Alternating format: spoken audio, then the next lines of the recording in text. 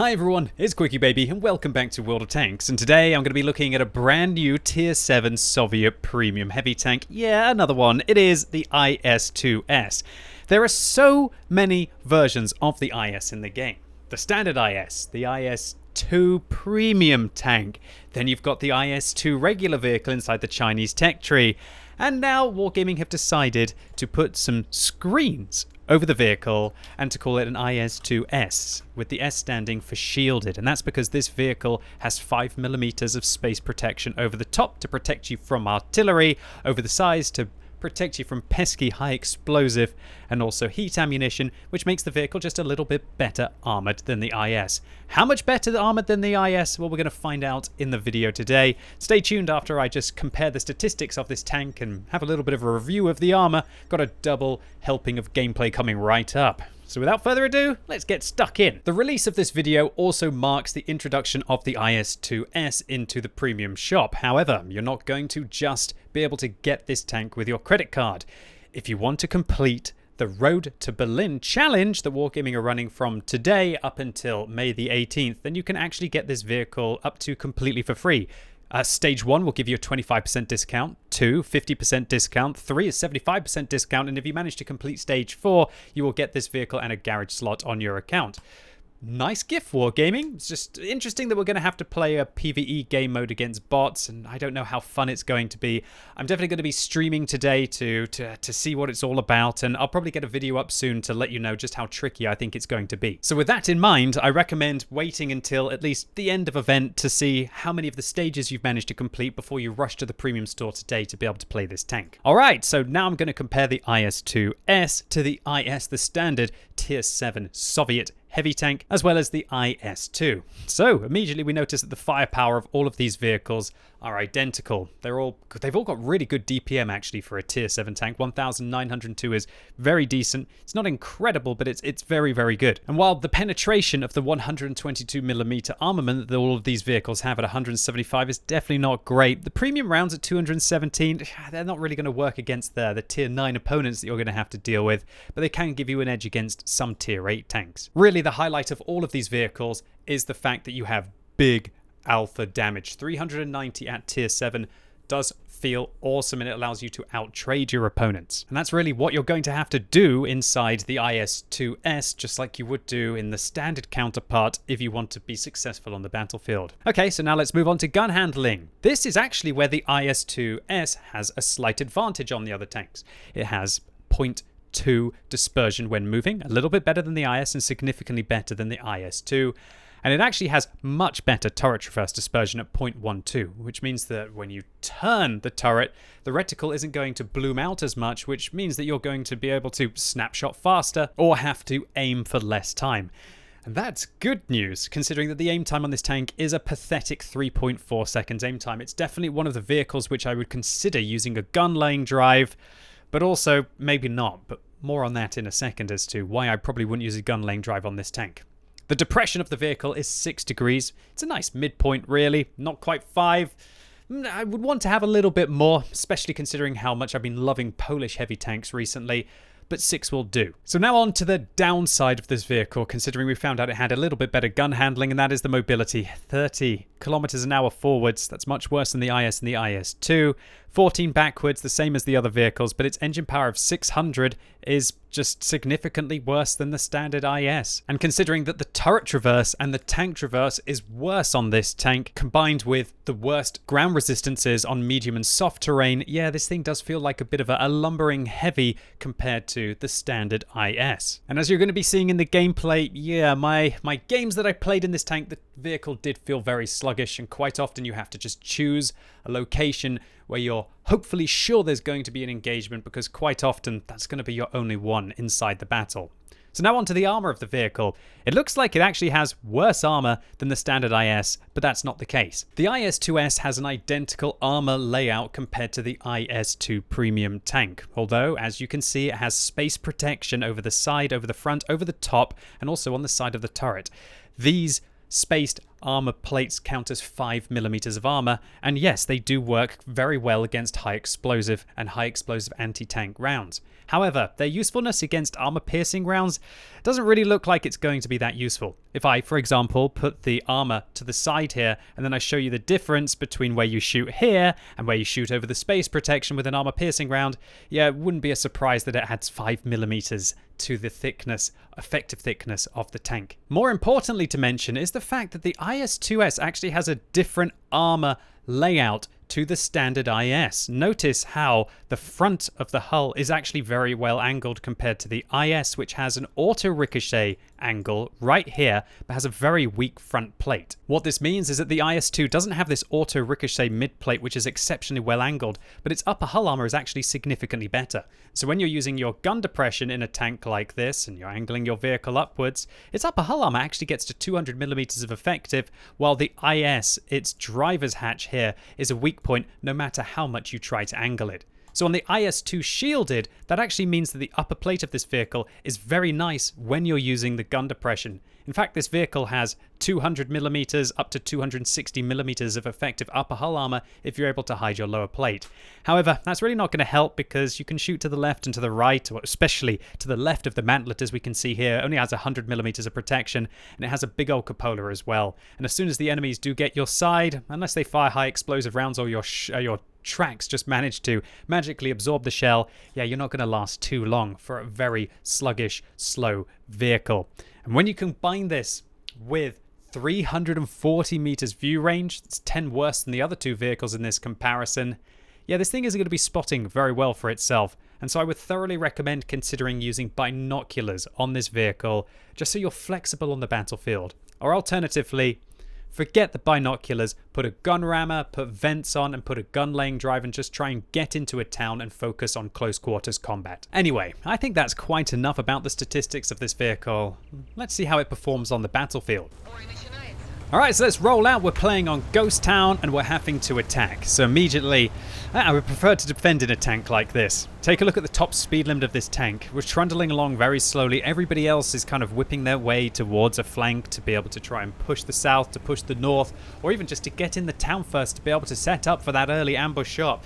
Yeah, not the IS-2S. This vehicle is rather slow and lumbering, and just don't think that this is going to be a fast heavy tank which you're going to be able to waltz into position quickly. However, you know, when you do get there, you have got that slight little bit of extra protection. Is it worth the sacrifice of the mobility? Not sure about that.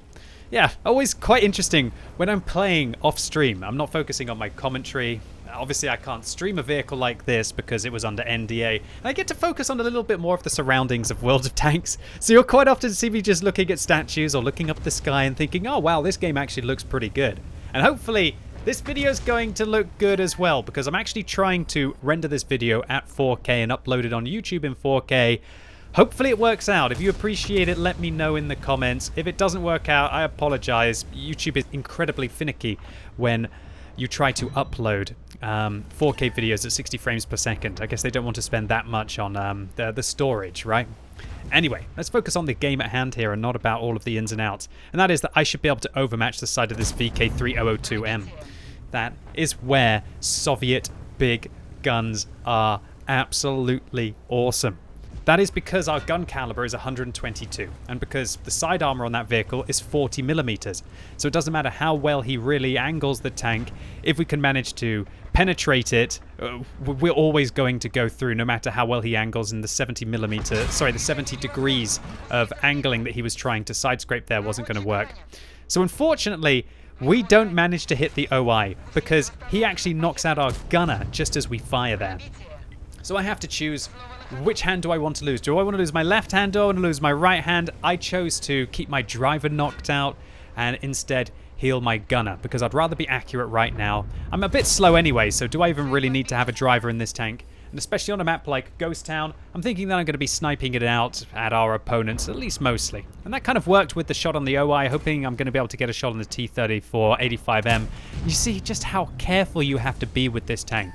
This vehicle, it definitely rewards a steady hand and patience. Unfortunately, we don't manage to hit our first shot. We do manage to hit our second one. And it is always so satisfying to be taking huge chunks off your opponents like that. That T-3485M is losing half of their hit points to a single shot from a tank that's only one tier higher than them. And we're locking them down now with the vision. Both artillery seem to splash to the left and to the right of the T-3485M, and he is shut down. And here we go, the IS. Aiming, shoot. Oh my lord, it is a very long aim time in this tank, and I could totally understand why people might want to be using a gun lane drive on this vehicle. But it just feels like with that 340 base meters view range that you're just not ever going to spot for yourself. Well, I guess sometimes you don't have to aim, you just have to get lucky, right? And it is important to take those chancy shots in your Soviet tanks, and that's where the dispersion value advantage that this vehicle has over the standard IS and the IS-2 will come in handy. And a big old clout there into the Comet. You know, he managed to penetrate us once, he bounces off our armor once, but we hit him very hard indeed. That's why I've had great success in a tank, in my standard IS on my free-to-play account recently, because this tank just feels so solid. It has enough armor to brush aside those lower tier tanks and enough alpha damage to be able to out-trade anyone. Just don't try and rush the shells. I mean, sometimes you have to. If I didn't rush the shell there, then my allies were going to be able to take the kill. And I want it for myself. I want the experience. I want the credits. I want the glory, right? So you might as well fire early before, if you think that's going to be your only chance to be able to hit the tank. So, Crusader, fully aimed shot, and oh, yes, just Soviet things, boys and girls. You can see I actually have a little bit of a wiggle of the mouse there in frustration. But you know what, if you hit every single shot in a tank like this with its 1,900 DPM and 390 alpha damage, you'd be absolutely tearing it up. I'm still pretty happy with the way that this battle has gone. 2,600 damage in the first 4.5 minutes of it. Hopefully we're going to be able to polish off a little bit more damage on the enemy team. So a KV-3 with 1,300 hit points. Oh dear. Oh no. Little puppy, I'm sorry for what I'm about to do. Yeah, that is a KV-3 with a stock turret. It might as well be a T-150 right now, boys and girls. Feel a little bit filthy here that I've run out of my standard ammunition and now I'm having to dip into my APCR rounds. It's not often that you've had to fire this many shots, so you're up to 2,600 damage, and I really need these APCR rounds for when you have to deal with your tier 8 and tier 9 tanks. So one shot there into the front of the KV-3 and they're not feeling very well. You can see a gaping hole on the front of the mid plate there, and another one into the lower plate as well. And that's just how you do 800 damage, just like that in your Soviet tanks. Why not finish him off to the side of the turret as well? And now we're going to just speed up the replay at the end because you're going to see just how slow we are, and the T-29 manages to get there, so you know what, why not just look pretty for the screenshot right at the end of the battle.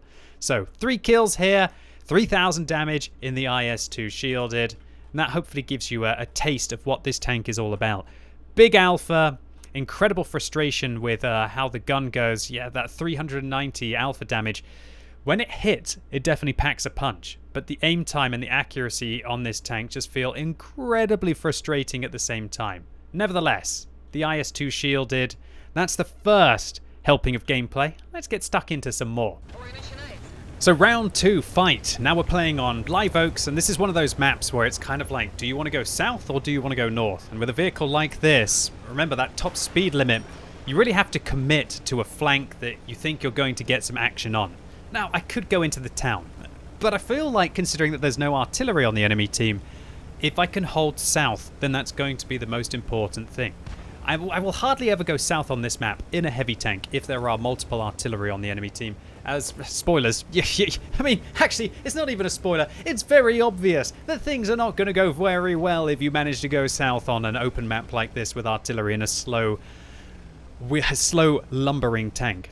And even though I would love to be testing out some of the high explosive protection that this vehicle does have, yeah, it's still not going to go very well against large caliber high explosive rounds. 5mm of space protection definitely do help against your 105mm guns. And I did test this tank out against a lot of the derp Shermans that are about in the matchmaker right now. You know, the assault Shermans using the 105mm gun. And they still hit me for about 60 to 90, but it definitely did help still in the first place. So a nice little snapshot there, and a nice high roll as well, shutting down the vision on the enemy team. Now T-52 isn't going to be reporting our position anytime soon. And you'll notice that I'm constantly asking this VK3001P to help me to come into the dip. If we sit above there, they're going to be able to surround us. It is really dip or die in this situation. There's only two things that I would really do on this map, and let me just try and highlight them for you. You never sit here, because if you sit here, all that's going to happen is your opponents are going to get up here and absolutely punish you. So your two options are either to be over in this location or to push into the dip. Never sit in this basin. If you don't have anyone in the dip, it's not going to work. So while I was showing you why I decided to push here instead of falling back, we managed to actually trade a good blow there into the enemy IS, and we even ricocheted a shell against him. And now I'm going to use the 6 degrees of gun depression this vehicle has to just peer my way up over this slope and hopefully get some big alpha damage shots in. And boom, baby, that is what the IS-2S is all about. 445. If you can trade 1-for-1 with your opponents, you are going to do absolutely smashing in a tank like this. I kind of rushed the shell there against the Panther M10 and I hit him in the turret. I want to be shooting that tank in the hull, although I think the Panther M10 has actually got 45mm of side armor, and so if he angles very well, I don't think we're going to be able to overmatch him. So it looks like there's a T-3485M who thinks he's about to make a big, bold, brave flanking play. It's not going to work unless your allies come with you. And the enemy here are making a huge mistake, and that is that they're allowing me to just go hull down against them. I'm thinking about who I want to shoot right now, and why not just shoot the Panther M10. This Panther M10 is going to get very frustrated. So frustrated that he actually starts to shoot his allies. And spoilers, this player has got about 53 or 54% win rate. So you can see that the Panther M10, he actually angles his armor a little bit there, and because he's got 45mm of armor, we're unable to penetrate him. But right now, I might as well shoot the Jag Panther. If I've got the side of the Jag Panther, I might as well. While the Panther M10 is shooting us, I'd rather try and whittle the hit points down off the higher tiered tank destroyer right now, so I can get rid of that Jag Panther to start to chip away and just lower the combat capacity of the enemy team. Now this Panther M10 is going to shoot someone else. He turns his turret to the side here, and wow, that's a good roll. 442, that's plus 10% over. More like plus 15% there. Happy to shut down the Panther M10. And now put one into the side of the IS as well. Big misplays by the enemy team there. Huge misplays. We had a tier 6, 2 tier 6 tanks and me and another tank destroyer who wasn't really involved in the gameplay as we shut down the IS on the enemy team, securing our 5th kill. If they had pushed, and if they had tried to take the dip, they would have most likely been able to overpower me. But instead, they allowed me to farm up 4,000 damage and pick up 5 kills. Now, I'm going to fast forward the replay here into, I don't know, 4 times speed. Because you're just going to see that... Oh, let's slow it down a little bit as I'm going up the slope here. Just look how slow this tank is. 15 kilometers an hour going up that slope. I'm trying to get into the combat. But all you're going to see is me just racing around trying to actually catch up in a tank that is just too slow to be dynamic like its standard counterpart, the IS is. The standard IS, with its better top speed limit, with its better ground resistances, and also with its better power to weight ratio, is able to get into positions that this tank can only dream of.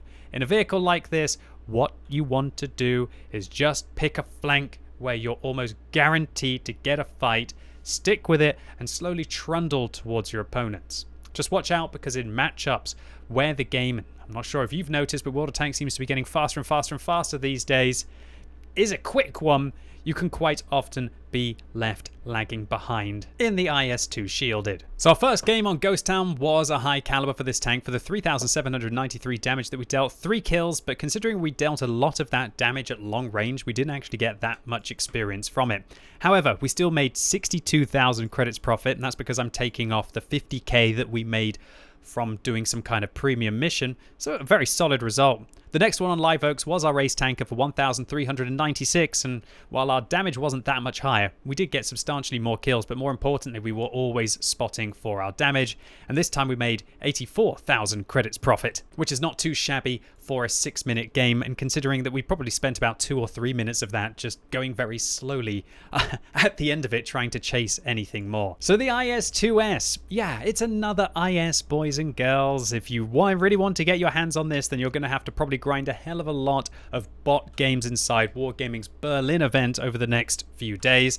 Alternatively, if you manage to play it a little bit and get yourself a 50% discount off the vehicle, I just have to see what kind of price Wargaming put on it, because I don't know for now.